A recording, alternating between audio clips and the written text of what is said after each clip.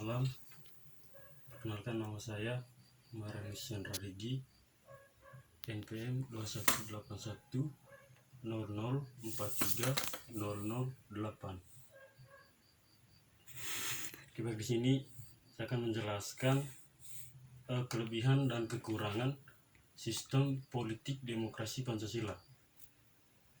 Yang pertama, lebih baik untuk lebih banyak orang. Jadi demokrasi Pancasila sering dilihat sebagai bentuk pemerintahan yang lebih adil dan kurang sewenang-wenang karena memungkinkan kehendak rakyat yang disahkan menjadi undang-undang. Terus yang kedua, desentralisasi kekuasaan. Keuntungan lain dari Pancasila adalah paling tidak dalam teori dan tidak ada orang yang memegang banyak kekuasaan. Keuntungan ini dapat dikurangi hingga taraf tertentu dengan kontrol informasi dilakukan oleh rakyat dan untuk rakyat. Dalam bentuk pemerintahan yang demokratis, semua orang yang akan diizinkan untuk memilih dan berpartisipasi dalam mempertimbangkan apa yang mereka pikirkan tentang masalah politik sosial. Yang keempat, mempromosikan rasa keterlibatan. Ketika orang memiliki kekuatan untuk memilih dan mendukung keputusan dan undang-undang tertentu, mereka tidak akan merasa seperti bagian aktif dalam masyarakat. Ini berarti mereka akan merasa dibutuhkan. Memaksakan kesetaraan. Pemungutan suara. Setiap orang memiliki bobot yang sama membuat bentuk pemerintahan demokratis yang dibangun atas kesetaraan. Tidak ada hanya demokrasi.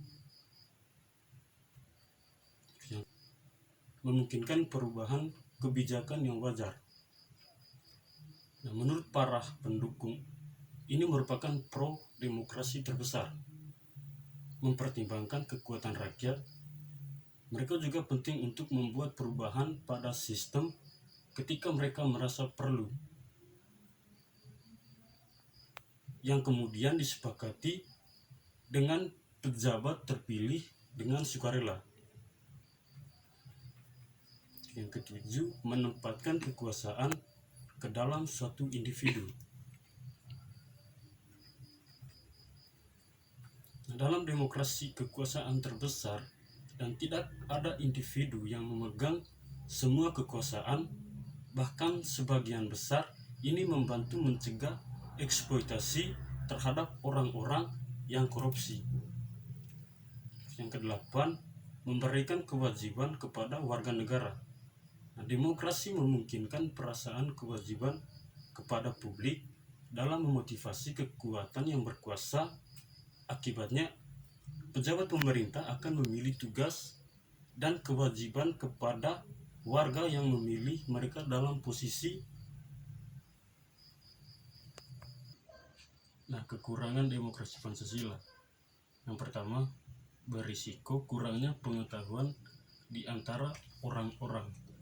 Karena fakta bahwa orang-orang memiliki kekuatan untuk memilih pejabat ke kantor, mereka akan sering tidak diberitahu tentang isu-isu politik dengan cara yang seharusnya, yang berarti bahwa banyak dari mereka dengan kekuatan voting tidak berpengetahuan isu-isu yang relevan.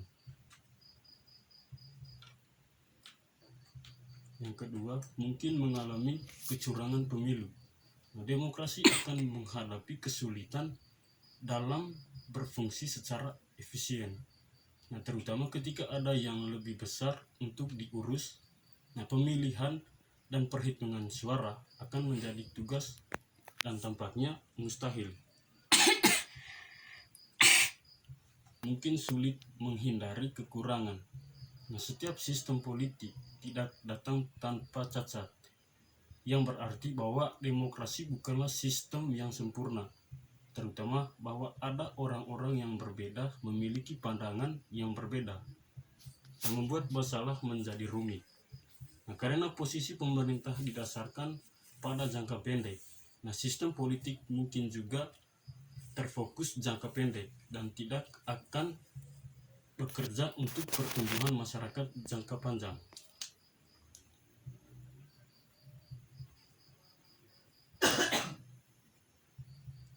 Yang kelima, eksploitasi minoritas. Nah, dalam demokrasi Pancasila tidak ada yang dapat mencegah mayoritas mengeksploitasi minoritas kecil untuk memenuhi alasan ini. Terus yang keenam, cacat aturan. Nah, bahkan ketika setiap orang memiliki tujuan yang baik, mayoritas yang kurang informasi dapat membuat keputusan buruk yang melukai semua orang. Nah, ini bisa menjadi masalah khusus setiap kali ada kebijakan untuk memberlakukan yang memiliki implikasi. Terus yang kedua, nah, dalam organisasi dengan rapat dewan terbuka yang dijalankan oleh demokrasi langsung, masalah yang menarik muncul, yaitu bahwa orang-orang yang memiliki waktu luang paling dapat mempengaruhi organisasi. Oke, baik, terima kasih. Itulah pendapat saya yang berkaitan dengan kelebihan dan kekurangan dari sistem politik demokrasi Pancasila tadi. Dan kemudian